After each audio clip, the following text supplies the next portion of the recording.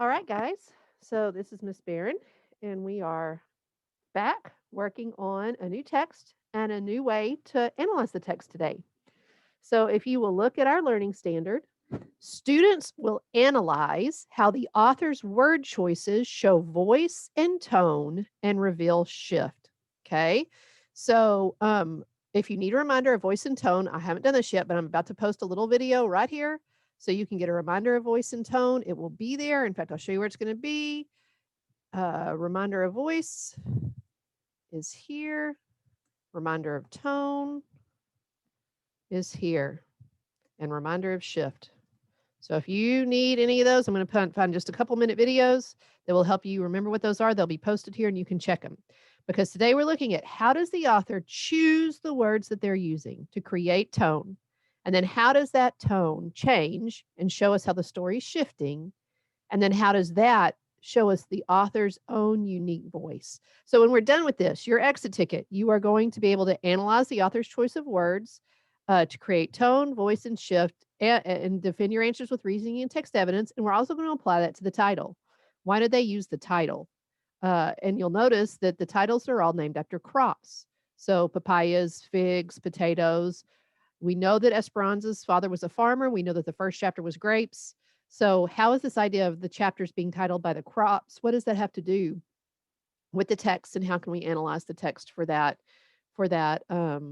choice by the author to choose the words that are the crops? Okay, so here we go. You've already done your reading. Hope you've done your discussion question. Don't forget, it's always a grade. You're working on the final draft of your paper. Hope you did some editing and revising and made your paper better. Right here, pause, type in your objective, type it in word for word. Don't copy and paste. I know you copy and paste because you forget to change the color. So please type it in so you know what we're talking about. All right. And we're going to look at some chapters from the text. We're not going to flip back and forth to the text today because I put the segments that we need here. So the way this looks is there's a summary. That summary is going to be in purple. So there's a summary. And then we're going to transition. We're going to look at our questions. So here are our questions in black. And then here's the actual text that we're reading. So this is the words from Esperanza Rising, and I've just pulled the sections that I want us to talk about. And those are going to be in, let's see, what's a good color for that? We used purple, we used black, and now we're going to use the actual text is going to be in this maroon color. There you go. So there's the actual text right there. So you know what's summary for the because we can't read then all the paragraphs. We're just going to read some of the paragraphs. What part's the summary? So we know what's happening in the story. What part's the questions? And then what part is the actual text that we're using? So you don't have to go anywhere else today. It's right here. And we're going to do this first part together. As soon as I finish changing this color. Seriously, guys? Sorry about that. All right, got it. Here we go. So let's go back. So again, our point is to understand how the author's choosing their words to show tone, how that tone is shifting, and then how that shift reveals the author's voice, and also to look at the titles. Why are the titles the way they are? So here we go. Our summary. So in this chapter, when we get to the chapter, we're looking at the chapter called Papayas. When you get to the chapter called Papayas, it's the day after Esperanza's father passes, and her uncles come to the house to hear the reading of the will. And what we find out is that Uncle Tio wants to marry Esperanza's mother because he wants her beauty and her power at his side as his wife. He wants the fortune. He wants to live on the land because he wants to look like an important man. And they know that the uncles are bad guys and they're going to cause trouble for him. But mother decides she's not going to marry Uncle Tio, and Esperanza does not want mother to marry Uncle Tio. So in there, as they're talking to their servants about what's going to happen to the farm and the servants, or the orchard and the servants, they learn that their most trusted servants are planning to immigrate to the United States where there is field work available. And this is true. Remember, this is historical fiction. In the 1930s, many Hispanic immigrants, particularly Mexican immigrants, came to the United States to help work, to help harvest crops because of the Great Depression, and they were treated terribly. They were paid less. It was a horrible situation, but there was a wave of immigration, and Esperanza's servants are going to do that. They're going to immigrate to be field workers because they won't have a job when the uncles take over the farm. So knowing that, we're going to read some excerpts from this chapter, looking at the words the author's choosing to create tone and to see the shift in that tone, and then to help us hear the author's unique voice. Okay, so here are the questions we're specifically going to be able to answer. You need to be able to answer these as we read. Which words did the author use in the chapter titled Papayas to create tone? What tone did these words create? How do we hear the author's voice through their word choice and tone? Why does the author continue to reference the papaya crop, and has the tone shifted? So I'm going to go ahead and tell us this one at the bottom. I'm going to say not yet. You can't really get a shift from one chapter. We can talk about, I'll tell you what, I'm going to pause because we can talk about how it shifted from the first. Because in those first chapters, how was Esperanza feeling? What was the tone of the story? Well, the tone was happy. She loved her father. Everything was good. She was having this big party. So the tone was celebratory, thankful for the family. Okay, so let's see if that tone has shifted now. So with these questions in mind, let's read our text. All right. Esperanza heard Papa and the others singing. They were outside her window and their voices were clear and melodic. Before she was aware, she smiled because her first thought was that today was her birthday. I should get up and wave kisses to Papa. But when she opened her eyes, she realized she was in her parents' bed, on Papa's side that still smelled like him, and the song had been in her dreams.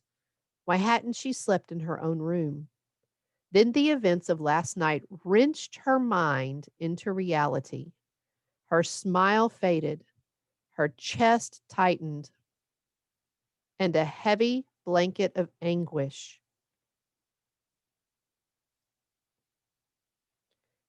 smothered her smallest joy.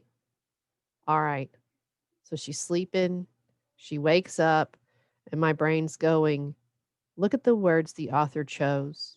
Wrenched her mind. Wrenching. So when you go in and you grab and turn in a painful way. Her smile fades. Her chest tightens. And hear this figurative language. This is a metaphor. A heavy blanket of anguish smothered her smallest joy. Anguish, deep sadness. It's like a blanket that's so heavy it's smothering her and she can't breathe. It kills her smallest joy.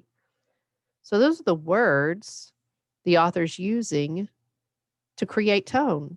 He's using wrenched, faded, tightened, heavy blanket of anguish, and smothered. So let's look at those verbs. Let's put those here. Wrenched, tightened, heavy blanket of anguish, smothered. Mm. And what was the other one we saw? Oh, faded. Her smile faded. Look at those verbs he's using. All right. So what do you think the tone is thus far? You think we're still in a place of celebration? I don't think so. I think this is a pretty good word right here. I think this tone may be anguish, sadness. Um, I think sadness isn't even too good of a word. I think you can be a little bit sad, but what is it when you're just completely overwhelmed by sadness? I think the tone I'm going to go with right now is anguish. I may change that later when we keep reading, but let's keep going. Esperanza got out of bed and wrapped a shawl around her shoulders. The shawl felt heavier than usual. Was it the yarn or was her heart weighing her down? Heart weighing her down. There you go. She went downstairs and stood in the sala, the large entry hall. The house was empty and silent. Heart weighing her down. That's figurative language. It's not literal. Her heart's not really heavy, but it feels that way. So that's figurative language. Empty and silent, heart weighing her down, empty and silent. So I'm going to put that here, heart weighing her down. Write it in yours. Empty and silent. Do those back up the thought that the tone is anguished? Yeah, this family is anguished. They are hurting bad. If you don't want to use the word anguish, you can say hurting bad. This tone is pain. This tone is pain. So, how do we hear the author's choice, their author's voice through their word choice and tone? What is it that we're hearing in the way that Pam Munoz writes? And here's what I'm hearing that she likes to use verbs. Her voice, she says, she wrenched, faded, smiled, smothered her smallest joy. So I'm hearing a voice that likes to use very specific verbs. Okay, so that's something unique to this writer. Okay, so she uses specific verbs. It's a unique trait to this writer. Okay, we'll add more to that. That's just a beginning. That's not really getting us to voice, but it's one of the things that we're noticing early on. All right, so why does the author continue to reference the papaya crop? So let's come down here. So let's talk about papayas. These are the sections of text that reference the papayas. Or again, this is the chapter title, Las Papayas. She stared at the man who had known Papa since he was a boy. It's a guy who shows up to bring a box of papayas that he brings every year for her birthday. He shows up the day after not knowing what's happened. So she stared at the man who had known Papa since he was a boy. Then she looked at the green papayas ripening to yellow. She knew why Papa had ordered them. Papaya, coconut, and lime salad was Esperanza's favorite, and Hortensia made it every year on her birthday. A sudden breeze carried a familiar pungent smell. She looked down into the courtyard and saw the wooden box still sitting on the patio. So see these dots? That means I skipped text. So early on it talks about this, how the box of papayas shows up. And then later on she comes back and Esperanza is now gone through the day. And at the end of the day, she's sitting there and all of a sudden this sudden breeze comes up and carries a familiar pungent smell. She looked down into the courtyard and saw the wooden box still sitting on the patio. They left it out there all day. It held the papayas from Senora Rodriguez and the ones that Papa had ordered. That should have been served on her birthday. Their overripe sweetness, overripe. They were just, look at this, they were just starting to get ripe. The papayas were ripening to yellow here, but now they're overripe. Okay. So this ripening to yellow, their overripe sweetness now pervaded the air with each breath of wind. Look at her verbs again. We know this author likes to use verbs. It pervaded the air. When you pervade something, it doesn't just fill the air, it's like overwhelming. It's like when somebody wears too much perfume, it pervades the air and you want to choke. This isn't a good feeling. It's overripe. It's too sweet. It's everywhere. She can't get away from it. There's a really good word for this, cloying, cloying. The smell is cloying. She crawled into bed beneath the linens edged with lace, hugging the doll. She tried to sleep, but her thoughts kept returning to Tio Luis. Remember, he wants to marry Mama. She felt sick at the thought of Mama marrying him. Of course, she had told him no. She took a deep breath, still smelling the papayas and Papa's sweet intentions. Intentions is what he meant to do. What did Papa mean to do? Well, Papa meant to have her favorite salad at her birthday. But now she's smelling how Papa was good. And she's thinking about how Uncle Tio is not good. And what should have been sweet has turned to this overripe smell that's everywhere and she can't get away from it. And so she's feeling that. She's feeling this tone of loss and trapped. She's trapped by this smell. So, and we know that because this overripe sweetness is pervading the air. Okay. So we're going to say the tone of this text is anguished. The tone of this text is trapped. So why does she continue to reference the papaya crop? Well, the papayas are reminding Esperanza of what's happening in her life, right? So the papayas are a metaphor for Esperanza's life. You know, they were hopeful. They were beautiful. But now they're just a reminder of what she has lost. In this chapter, it's about the moment that she's realizing what she's lost. And these papayas are the fruit that are there to remind her what she's lost. All right, so has the tone shifted? Have we moved from the first chapter where things were good? Absolutely. Yes, the tone has shifted. It has shifted from celebration, the birthday, right? Perfect word for birthday is celebration, to anguish and loss and knowing and bittersweet. No, not even bittersweet, and bitter memories. She's in a bad place. And those words that the author chose, wrenched, tightened, heavy blanket of anguish, faded, heart weighing her down, empty and silent. Show us the tone, shows us how the story's moving and changing, shows us the shift, and then it's helping us see what's happening. And on top of that, the choice of the author's words to use papayas is helping us see that as well. So now it's your job. So here we go. With these questions in mind, I want you to go through and I want you to read. So we're going down to this part. We've done that part. You're going to go back and fill in. I'm not leaving this filled in, so you're going to have to go back. In fact, you know what? Delete, delete, delete, delete. Oh, man. Now you've got to make sure you're filling it in as we take the notes. You already know this because it was blank when you got it, but that's me being mean. All right, here we go. So now you're coming down. We're going to continue this teacher video, and you're going to work through this with a partner. So if you're home alone, you can keep working on your own. But if you're with a partner, get with a partner and work through this. And what I've done this time is I've got some questions in here in in blue, so that it'll help you think. So read and then think about these questions. You don't have to write anything down, but these are your thinking questions. Read and look at your thinking questions. And then you need to come up here and answer these just like we did. These are the exact same questions that we had up at the top. So come on down here and answer the questions, okay? I'm going to read you the summary, and then I'm going to get off of this thing because you're 8th graders. You're more than capable of reading the text, looking at the thought questions that I've given you, talking about them with your partner, talking about them with a brother or sister in your house, and coming up here and typing these answers in, okay? So if you turn this in without typing these answers, you're not getting credit for work you didn't do. So do it right and finish it, okay? So here we go. So in this chapter, this is the night. So I'm going to go ahead and put the summary in purple again. So we know that's the summary. So this is the next chapter. The next chapter is, like I said, figs.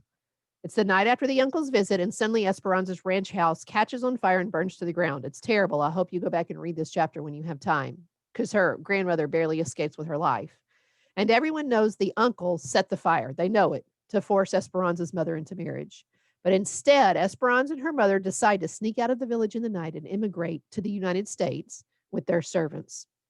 Sorry, guys, you can't immigrate to America if you already live in North America, i.e. Mexico. So here we go. And immigrate to the United States with their servants. It is at this point that Esperanza begins to realize her life will change forever. They're going to become field workers. Because she's not well, Abuelita will have to stay behind in a convent. So there's lots of reasons Esperanza's life is changing. So again, come down here. Here's your text down here. I'm about to go back and put it in that good color so you know that the text is maroon. So here we go. Text is maroon. Thinking questions, you don't have to write anything on. It's just going to help you think through the text, or in blue. Then come up here and fill in this chart. Once you've done that and finish this part and filled in your chart, you're going to come down here and you are going to click here. It's about to be in blue because I'm about to add the exit ticket. And you're going to look at one more section of text and do what we did. You're going to tell me, what is the author's tone? What words set the tone? Do you see a shift? And what do you hear about the author's voice? That's what we're doing here. Okay, so finish your chart, finish this exit ticket, and when you're done, don't forget to hit your celebration video. It's a little something for you featuring Mr. Rocchio and Miss McCarter to say, good job.